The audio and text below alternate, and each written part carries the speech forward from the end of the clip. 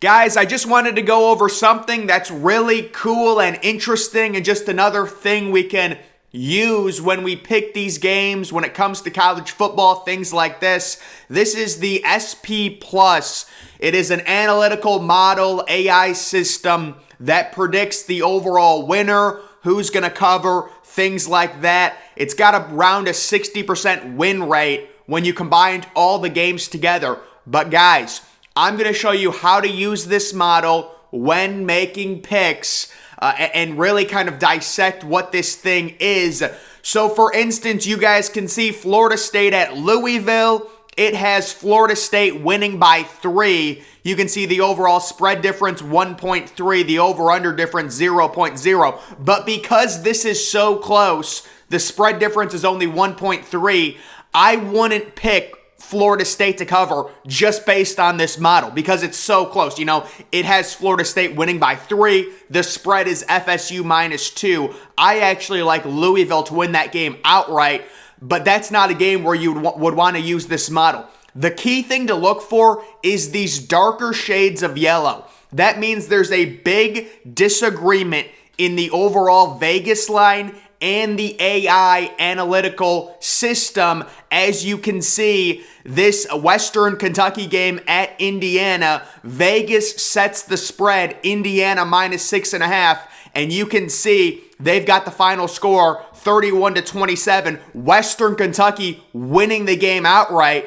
meaning the spread difference is right around 10. So if you were thinking of betting Western Kentucky +6.5, and then you see this, that's just the confirmation you need to possibly place that bet. By the way, I love that bet. I was going to include it in my best bets. I'm mad at myself for not including that because I love Western Kentucky, the overall value on that +6.5, and this just confirms it. This really just confirms it. So the key thing is to really find the darker shades. Where is the disagreement? You can see Ohio at Iowa State. It has Iowa State winning by, practically 25 points. The spread is only Iowa State -17.5. I don't think I would be interested in betting on Iowa State, though. And this is where we have to kind of use some of our nuance, what we know as college football, people.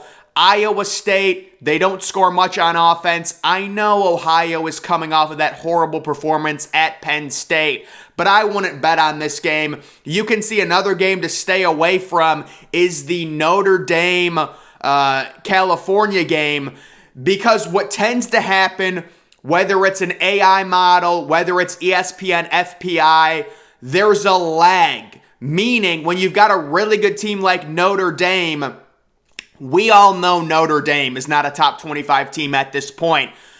The analytics will still consider Notre Dame a top 25 team because they don't make rash moves. And sometimes it's good that they don't make rash moves. Sometimes it's bad. Also, this system does not factor in injuries. So Tyler Buchner being out for the, Tyler Buchner being out for possibly the year doesn't get factored into this. So you can see it loves Notre Dame because it still values Notre Dame as a top 25 team, but I would not pick them. Notice this over-under. Guys, this was in my best bets. I have the over in the Virginia Old Dominion game. I think Vegas overreacted to Virginia's bad performance last week where they only scored 3 points. They're due for an offensive explosion. The AI agrees with me. We love the over 54 in this one total there, as you can see. So yeah, that's an over. The Notre Dame game I said I wouldn't bet on. They like the over in Tulane at Kansas State. I don't think I would agree with that personally, but you can just take that for whatever you want. So this is an interesting one. New Mexico State at Wisconsin. Let me first say New Mexico State is horrible. I could definitely see, look at this. They project the final score to be 47-0. And they say you should certainly take Wisconsin to cover the 37.5 point spread.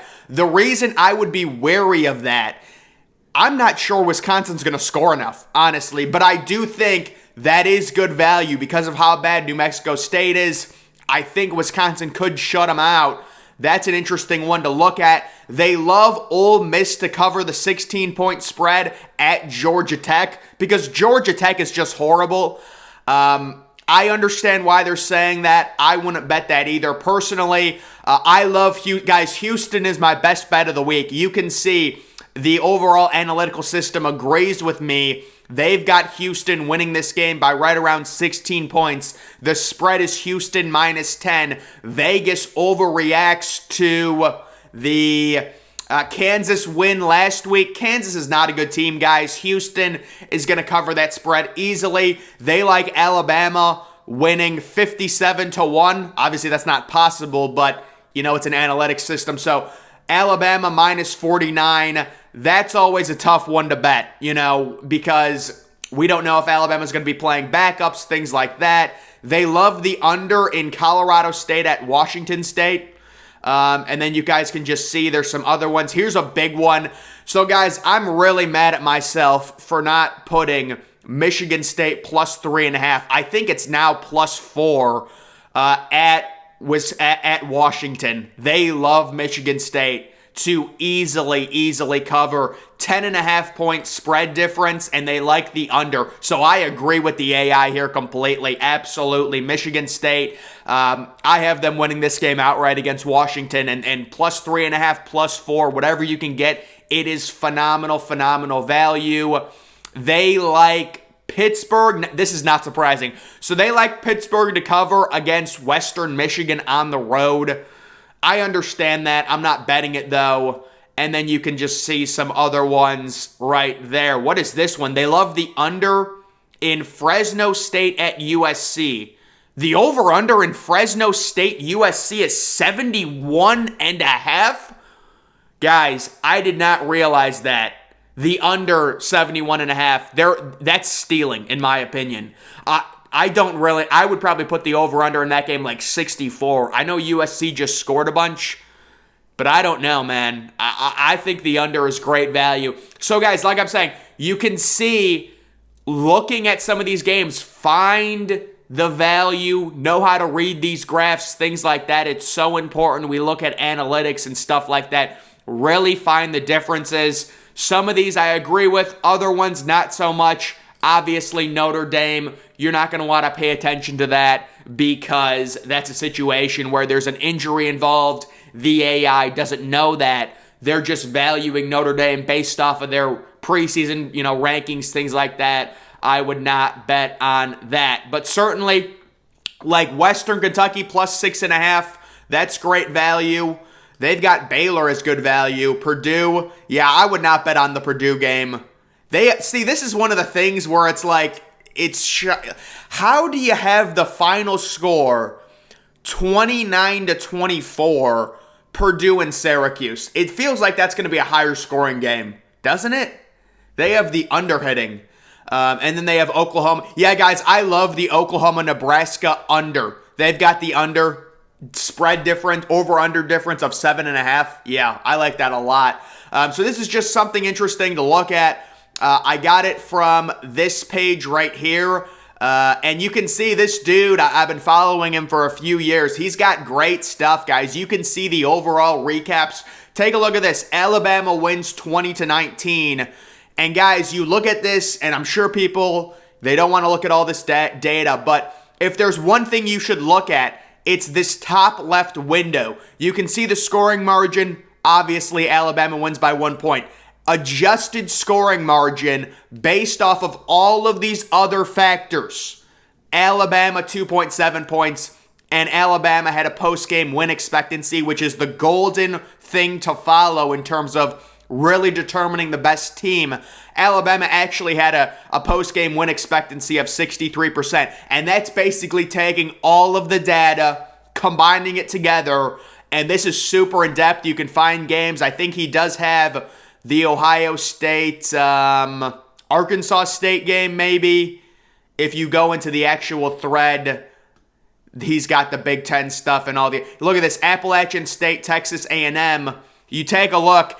Appalachian State only had a post-game win expectancy of around 23%, meaning they got a little bit lucky. They converted some fluky third downs, things like that. They controlled the overall game. And that's kind of how they won. Obviously, this isn't a perfect thing. You can see BYU Baylor. It has all the breakdowns. Here's Marshall Notre Dame. Marshall with a post-game win expectancy of 81%. That is impressive. They control Notre Dame. And really, this just shows you we need more context. Guys, when a team beats another team, 26-23, it doesn't mean the team that won is better. They were better that day, but it doesn't mean they're better. I'm trying to find I think this is the Ohio State game. Yeah, so see, look at this. Ohio State won by 33, but they had, when you adjust it to the actual game and kind of yards per play, overall effectiveness, you take the fluke stuff out of it, Ohio State basically covers the spread. They win by 43.8, and Ohio State has a post-game win expectancy of 100% against Arkansas State. And you can see just the overall offense. Ohio State has kind of struggled this year in terms of their offense, but still, even when they're struggling, they do have an efficient offense in C.J. Stroud, averaging 14 yards per attempt. It's crazy. And now they get JSN back. And Julian Fleming is back this week against an underrated Toledo team who right now, I believe, is ranked 67th in the ESPN FPI rankings. So Toledo is actually the best MAC team, which should only help Ohio State's strength of schedule, Toledo being ranked that high. Of course, we expect Notre Dame to keep falling, but still, this is just interesting stuff, guys. You always want to try and find as much data as you can. Let's say, for example, you have a great feeling, you look at the overall spreads, and your first thought, there's no way Indiana is covering the 6.5 versus Western Kentucky, and then you look at the analytics and they agree with you. There's the confirmation you needed to bet this game. I would say in terms of the AI and the analytics and the SP, the two best bets, Western Kentucky plus 6.5, and also Michigan State plus 3.5 or plus 4. That line is kind of trended right there. And then I also love Houston minus 10. So those are like the three best bets, but this is just another ranking system. And then on top of that, you can just kind of see the overall predictions, like the Ohio State game. It's got Ohio State winning by 27, 42-15. I think the Buckeyes are going to get a 50 burger because JSN is back. But again, the models always tend to be more conservative. This one does a little bit better of a job at not being so conservative. I like this one a lot, but they still tend to be kind of conservative. You can see Mississippi State at LSU. I love LSU plus 2, and they've got LSU winning this game by basically a point, 27-26. But yeah, I like LSU winning that game against Mississippi State. That's going to be a very close game. But guys, I just want to, do they have the over? Yeah, so guys, I love the over Marshall at Bowling Green. I thought that game was in Marshall. I think is that game at Bowling Green? I thought it was at Marshall. Either way, guys, no, it does make sense. Marshall would be a higher favorite that if it was at home. They'd be like minus 24.